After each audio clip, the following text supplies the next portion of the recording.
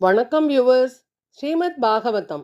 ஸ்ரீமதி கீதா வீரராகவன் எளிய தமிழில் எழுதிய ஸ்ரீமத் பாகவதம் பகுதி 186 காண்போமா? மோகினியை கண்டு சிவபெருமான் பிரம்மையடைதல்.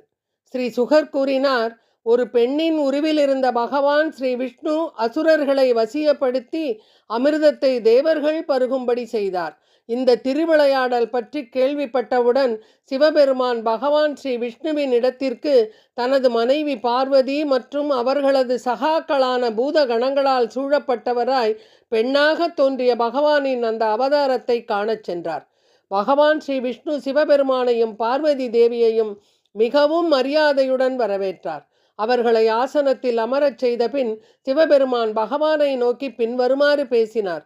எம்பெருமானே, உமது எல்லா அவதாரங்களையும் நான் கண்டிருக்கிறேன். இப்பொழுது தாங்கள் ஒரு அழகிய இளம் மங்கையாக தோன்றியிருக்கிறீர்கள். உமது அந்த தோற்றத்தை நான் காண விரும்புகிறேன். அசுரர்களை முற்றிலும் வசியப்படுத்திய அமிர்தத்தை தேவர்கள் மட்டும் பருகச் செய்வதற்காக ஒரு ரூபத்தை தாங்கள் எடுத்த அந்த ரூபத்தை காணும் ஆவலுடன் தான் நாங்கள் இங்கு வந்திருக்கின்றோம். அந்த ரூபத்தை காண நான் மிகவும் ஆவலுடன் இருக்கிறேன். சிவபெருமான் கூறிய இந்த வார்த்தைகளை கேட்ட பகவான் ஸ்ரீ விஷ்ணு உடன் அவரை நோக்கி பேசத் தொடங்கினார். அப்பொழுது அவருடைய மனதில் சிவபெருமானையும் வசியப்படுத்துவது எப்படி என்பதை பற்றி சிந்தித்தார். ஸ்ரீமத் பாகவதம். ஸ்ரீ பகவானுவாச்ச கௌதூகலாய தைத்யானாம் யோஷித்வேஷோ மயா த்ருதக பஸ்யதாசுரகார்யாணி கதே பியூஷபாஜனே. பகவான் கூறினார், அமிர்தத்தை அபகரித்து சென்ற பொழுது அவர்களை ஏமாற்றி குழப்பத்தில் ஆழ்த்துவதற்காக மோகினி ரூபத்தை எடுத்தேன். இதன் மூலம் என்னால் அமிர்தத்தை தேவர்களுக்கு வழங்க முடிந்தது. தாங்கள் அந்த ரூபத்தை காண விரும்புவதால் உமக்கும் அதனை காட்டுகிறேன். ஸ்ரீ சுகர் தொடர்ந்து கூறினார். இவ்வாறு பேசிய பகவான் ஸ்ரீ விஷ்ணு அந்த இடத்திலிருந்து மறைந்து விட்டார். சிவபெருமான் தன் மனைவி பார்வதி தேவியுடன் அங்கே இருந்தபடி பகவான் ஸ்ரீ விஷ்ணுவை தேடினார். பல வகையான புஷ்பங்களையும் சிவப்பு இலைகளையும் கொண்ட மரங்கள் அடர்ந்த அருகில் உள்ள அழகிய வனத்தில் ஓர் அழகிய மங்கை பந்துடன் விளையாடி கொண்டிருப்பதை சிவபெருமான் கண்டார். மிக்க அழகுடன் காணப்பட்ட அவளை சிவபெருமான் கவனித்து கொண்டிருக்கும் பொழுது அவளும் அவ்வப்போது அவரை பார்த்து நாணத்துடன் லேசாக புன்னகை செய்தாள்.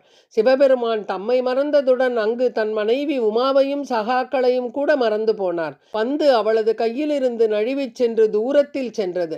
அப்போது அப்பெண் அதனை பின்தொடர்ந்து செல்ல ஆரம்பித்தார். இந்த செயலை கவனித்துக் கொண்டிருந்த சிவபெருமான் அவள் மீது ஆசைப்பட்டார். அந்த பெண்ணை சிவபெருமான் தொடர்ந்து சென்றார். அவள் மரத்தின் பின்புறம் ஒளிந்து கொண்டாள். அவளது கூந்தலை பற்றி தமக்கு அருகில் இழுத்து அணைத்து கொண்டார். ஆனால் எப்படியோ அவள் தன்னை சிவபெருமானின் அன்பான அணைப்பிலிருந்து விடுவித்து கொண்டு விலகி ஓடினாள். அவள் மீது கொண்ட ஆசையினால் மோகினியை தொடர்ந்து சென்ற பொழுது சிவபெருமானுடைய தேஜஸ் வெளிப்பட்டது.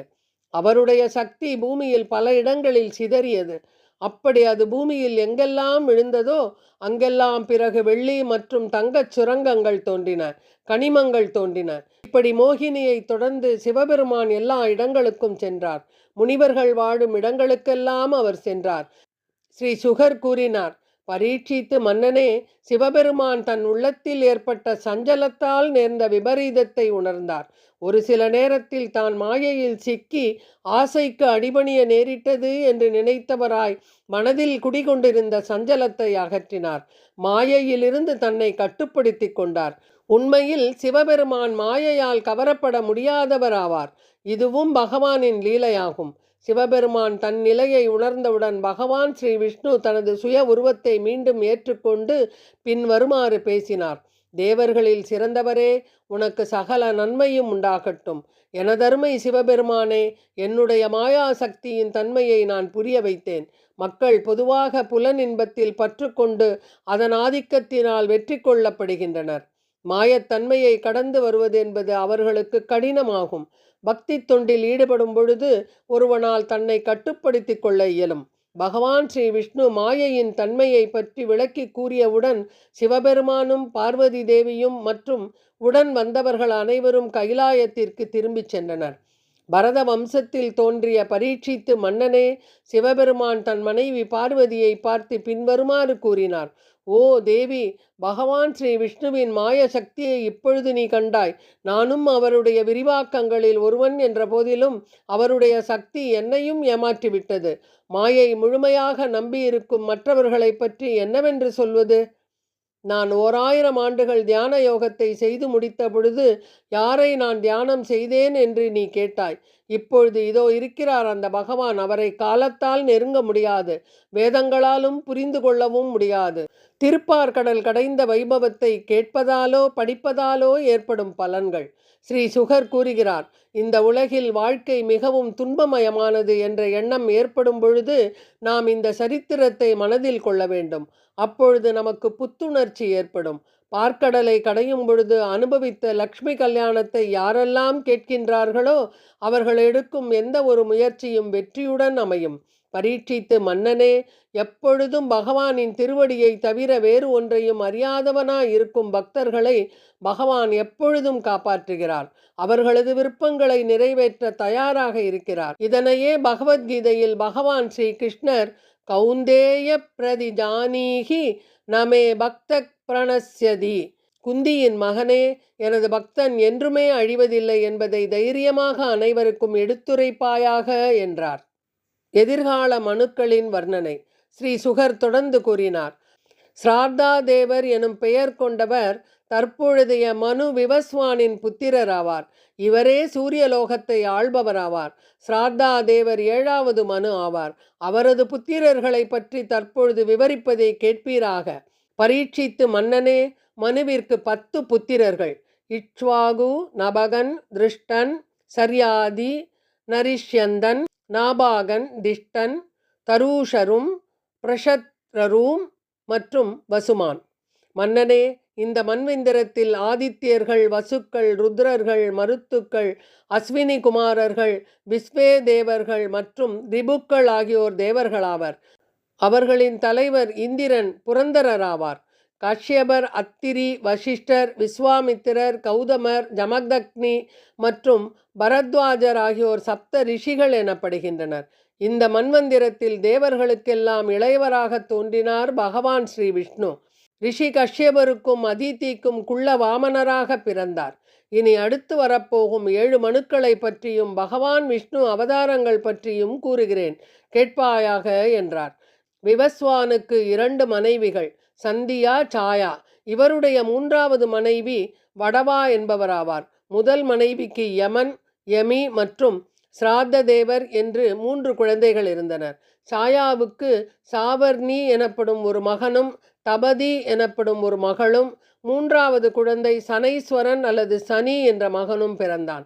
வடவாவிற்கு அஸ்வினி சகோதரர்கள் எனப்படும் 2 புத்திரர்கள் பிறந்தனர். 8வது மனுவின் ஆட்சி காலத்தில் சாவர்ணியே மனுவாக இருப்பார். அவரது மகன்கள் நிர்மோகரும் விரஜஸ்கரும் ஆவர். 8வது மனுவின் ஆட்சி காலத்தில் தேவர்களுக்கு இடையில் சூதபர்கள், விரஜர்கள் மற்றும் அமிர்த பிரபர்கள். விரோஜனனின் மகனான மகாபலி சக்கரவர்த்தி தேவர்கள் தலைவனான இந்திரனாக இருப்பார். மகாபலி சக்கரவர்த்தி பகவான் விஷ்ணுவுக்கு 3 அடி நிலத்தை தானமாக கொடுத்தார். இந்த தானத்தால் உலகையும் அவர் இழந்தார்.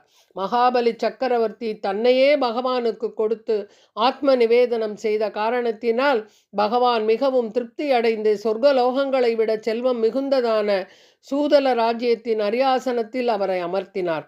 அந்த கிரகத்திற்கு இந்திரனானார். பரீட்சித்து மன்னனே, 8வது மன்வந்திரத்தின் போது மகாவீரர்களாகிய காலவர், தீப்திமான் பரசுராமர், அஸ்வத்தாமன், கிருபாச்சாரியார், ரிஷ்யசிருங்கர் மற்றும் எமது தந்தையும் ஸ்ரீமன் நாராயணனின் அவதாரமுமாகிய வியாசதேவர் ஆகியோர் சப்த ரிஷிகளாக இருப்பார்கள். அந்த மன்வந்திரத்தில் பகவான் சக்தி வாய்ந்த சார்வபௌமராக பிறப்பார். தேவகுஹ்யர் மற்றும் சரஸ்வதி தம்பதியருக்கு மகனாக பிறப்பார். அவர் புரந்தரரிடம் இருந்து ராஜ்யத்தை பறித்து அதை பலி மகாராஜனிடம் ஒப்படைப்பார். 9வது மனுவாக வருணனுக்கு பிறக்கும் தட்ச சாவார்ணி இருப்பார். அவரது மகன்கள் பூதகேது மற்றும் தீபகேது ஆவார். தேவர்களாக பாரர்களும் மரீசி கர்ப்பர்களும் இருப்பர். சொர்க்கலோக அதிபதியான இந்திரனுக்கு அத்புதம் என்பது பெயராகும். துதிமான் சப்த ரிஷிகளுள் ஒருவராக இருப்பார். பகவானின் அம்ச அவதாரமாகிய ரிஷபதேவர் ஆயுஷ்மான் என்பவருக்கும் அம்புதாரா என்பவருக்கும் மகனாக பிறப்பார். அவரே இந்திரனுக்கு சகல ஐஸ்வர்யங்களையும் அதிகாரத்தையும் அளிப்பார். 10வது மனுவாக பிரம்ம சாவர்ணி எனப்படும் உபஸ்லோகரின் புதல்வர் இருப்பார். பூரிஷேனர் அவரது மகனாவார். மேலும் ஹவிஷ்மான், சுக்ருதர், சத்யர், ஜெயன், மூர்த்தி ஆகியோரும் சப்த ரிஷிகளாக இருப்பார்கள். தேவர்களுள் சுவாசனர்களும் விருத்தர்களும் அடங்குவர். மேலும் சம்பு அவர்களுடைய இந்திரனாக இருப்பார். விஸ்வ சிரஷ்டரின் கிரகத்தில் பகவானின் அம்சமாக விஷூசியின் கருவில் தோன்றுவார். இந்த அவதாரத்தில் விஸ்வக்சேனர் எனப்படுவார். இவரும் சம்புவும் நண்பர்களாக இருப்பார்கள். 11வது மன்வந்திரத்தில் தர்ம சாவர்ணி மனுவாக இருப்பார். இவர் ஆன்மீக அறிவில் புலமை வாய்ந்தவராக இருப்பார். இவரிடமிருந்து சத்திய தர்மா முதலான 10 மகன்கள் பிறப்பார்கள்.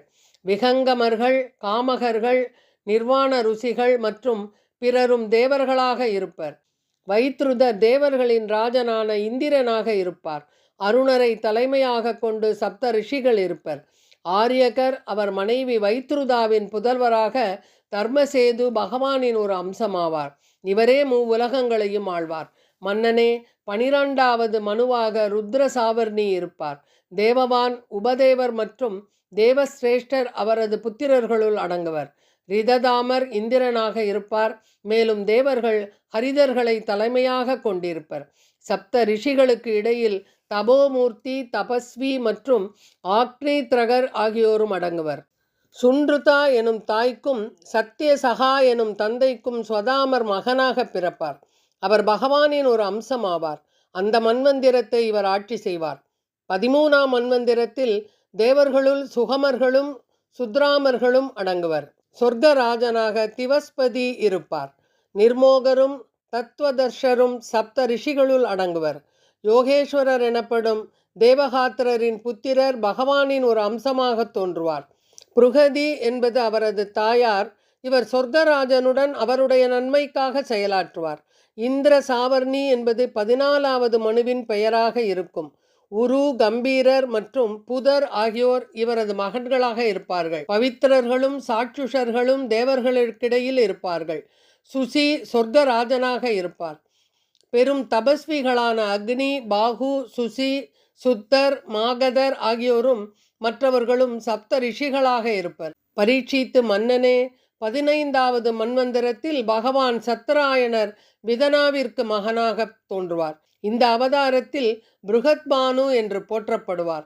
பரீட்சித்து மகாராஜனே, கடந்த கால, நிகழ்கால மற்றும் எதிர்காலங்களில் தோன்றும் 14 மனுக்களை பற்றி இப்பொழுது உமக்கு நான் விளக்கி கூறினேன். இந்த மனுக்களின் மொத்த ஆட்சி காலம் 1000 சதுர் யுகங்களாகும். இது ஒரு கல்பம் அல்லது பிரம்மதேவரின் ஒரு நாள் என்று அழைக்கப்படுகிறது. பிரபஞ்ச நிர்வாகத்தின் ஒழுக்க முறைகள் பற்றி ஸ்ரீமத் பாகவதம் பகுதி 187 காண்போமா? நன்றி, வணக்கம்.